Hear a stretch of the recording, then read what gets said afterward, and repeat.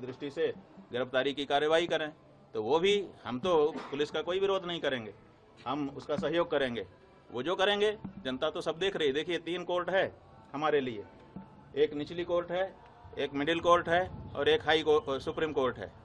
तो जो निचली कोर्ट है वो जनता है, जनता सब देख रही है और निर्णय देने वाली है।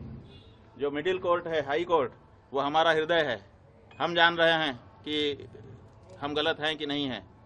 और तीसरे ईश्वर है, सुप्रीम कोर्ट, वो भी देख रहा है कि कौन गलत है कौन सही है। तो ऐसी परिस्थिति में तीनों कोर्ट से हमको क्लीन चिट है।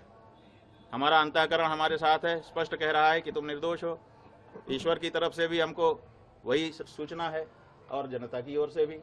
तो जो झूठ है वो अंत में निकल ही जाता है, पता चल ही जाता है कि ये सब बनावटी था। उगरे अंत न होई निभाऊ, हमने बता दिया। तो जो कहानी गढ़ी गई है वो आज नहीं तो कल, कल नहीं तो परसों झूठी सिद्ध हो जाएगी। महाराज जी आपने कहा कि आपको यूपी पुलिस के जांच पर भरोसा नहीं है, किस एजेंसी के जांच पर आपको भरोसा है? बात यह है, प्रयागराज में लगातार धरने पे बैठे रहे, ये घटना कब हो गई? जो बता रहे हैं कि दो बच्चों के साथ इस तरह की घटना हो गई। बात यह है कि हम तो आप लोगों के कैमरों की जद में थे। जो प्रयागराज का स्थान है, उस प्रयागराज में चप्पे चप्पे पर सीसीटीवी लगा है। आप लोग निकलवाइए मेला अधिकारी के यहाँ से कि कितने रुपए का सीसीटीवी खरीदा गया है और वो कितनी जगह पर लगाया गया है और उसकी फुटेज कहाँ है। तो उन्होंने तो चप्पे चप्पे पर लगा रखा था कि कुछ भी घटना होगी हम उसको वार रूम से देख लेंगे। तो उनके यहाँ तो सब रिकॉर्ड होगा ना। हमारी बस तो हमारे शिविर के अंदर नहीं खड़ी थी, क्योंकि पुलिस ने जो हमारे साथ ज्यादती की उसके बाद से हम शिविर के अंदर प्रविष्ट ही नहीं हुए, बाहर ही खड़े रहे। तो सड़क पर ही हमारी बस भी थी और हम भी थे।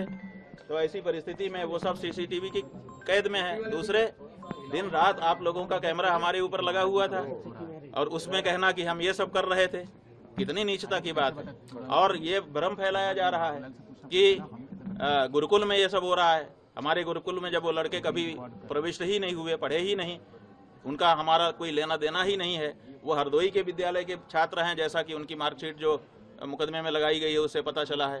तो जब वो यहाँ पढ़ते नहीं हैं, लिखते नहीं हैं, आए नहीं हैं, गए नहीं हैं, यहाँ से कोई उनका लेना देना नहीं है, तो उनके साथ कैसे कोई कुछ कर सकता है। और तीसरी बात यह है कि ये कह करके भ्रम फैलाया जा रहा है कि सीडी है, सीडी है।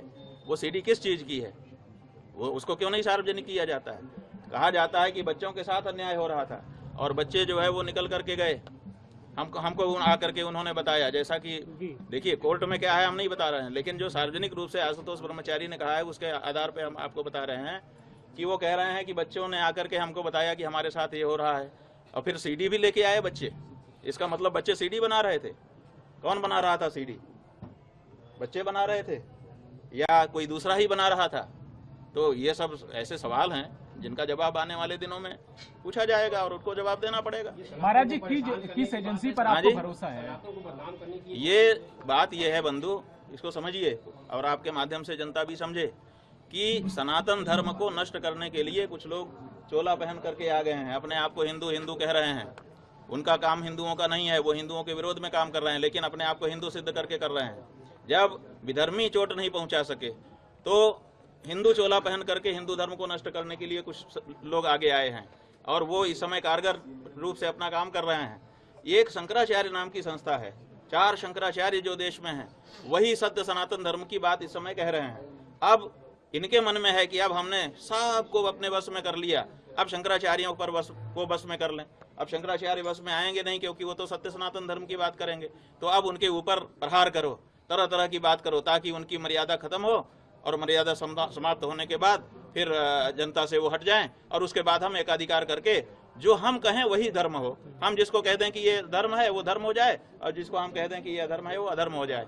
तो ये जो प्रक्रिया चल रही है उसी के अंतर्गत जैसे हम गौ हत्या बंदी की मांग उठा रहे हैं। अब बहुत सारे महात्मा है जो कह रहे हैं कि हम सत्ता के साथ हैं। अरे भाई, सत्ता के साथ रहो, कौन मना करता है? लेकिन जो गौ हत्या को समर्थन देने वाली सत्ता है, जिस सत्ता के समय में गौ हत्या बढ़ रही है, जिस समय गायों की संख्या घट रही है, जिस समय बीफ का निर्यात बढ़ रहा है, उस समय तो उनसे सवाल पूछो तो वो नहीं पूछ पा रहे हैं। वो कहते हैं हम इनके साथ हैं, वो ठीक हैं, उनके लिए सारी सुविधा है। और जो शंकराचार्य कह दे कि गौ हत्या बंद हो, ये गलत हो रहा है, इसको ठीक करिए, उसके ऊपर इस तरह का लांछन और प्रहार किया जाए, ये हो रहा है। स्वामी जी एक छोटी सी ये हमारे अभिमुक्तेश्वरानंद के ऊपर प्रहार नहीं है, ये शंकराचार्य नाम की उस संस्था के ऊपर प्रहार है जिस संस्था के द्वारा सनातन धर्म आज भी सुरक्षित है। ठीक है मैडम।